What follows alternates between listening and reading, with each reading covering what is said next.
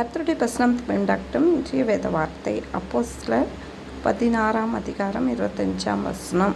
நடுராத்திரியிலே பவுலும் சீலாவும் ஜெபம் பண்ணி தேவனை துதித்து பாடினார்கள். காவலில் வைக்கப்பட்டவர்கள் அதை கேட்டுக்கொண்டிருந்தார்கள்.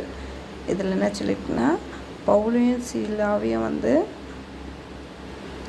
சிறையில் போட்டுறாங்க. அப்போ அவங்க சிறையில் அநேக அடித்த பின்பு சிறைச்சாலை வைத்து அவர்களை பத்திரமாய் வைக்கும்படி சிறைச்சாலை தலைவனுக்கு கட்டளையிட்டாங்க.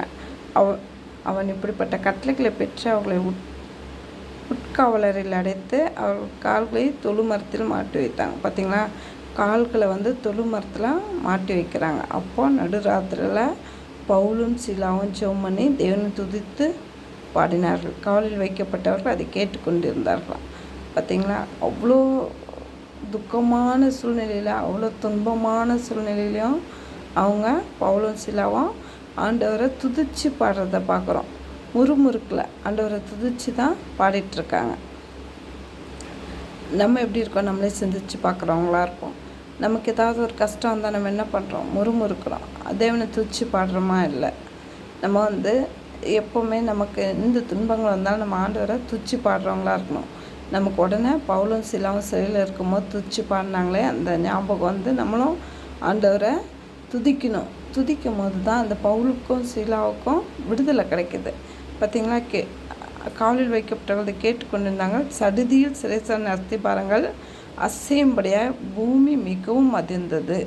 உடனே கதவுகள் எல்லாம் திறவுண்டு எல்லாருடைய கட்டுகளும் கலன்று போயிட்டு. பார்த்திங்களா, துதிக்கும் போது கட்டுகள் கலன்று போகிறத நம்ம பார்க்குறோம். நமக்கு இருக்க வியாதிகள், கஷ்டங்கள், கவலைகள் எல்லாம் கலன்று போகணுன்னா என்ன பண்ணோம்?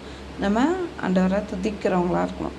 நம்மளை படைச்ச தெய்வாதி தேவனை எப்போவுமே நம்ம துதிச்சிட்டு இருக்கவங்களா இருந்தால் நம்மளுடைய கஷ்டங்கள், கவலைகள், கண்ணீர்கள், பண கஷ்டம், மன கஷ்டம், சமாதான குறைவு எல்லாம் நீங்கி போவோம். அதுக்கு ஒரே வழி என்ன? துதிக்கணும்.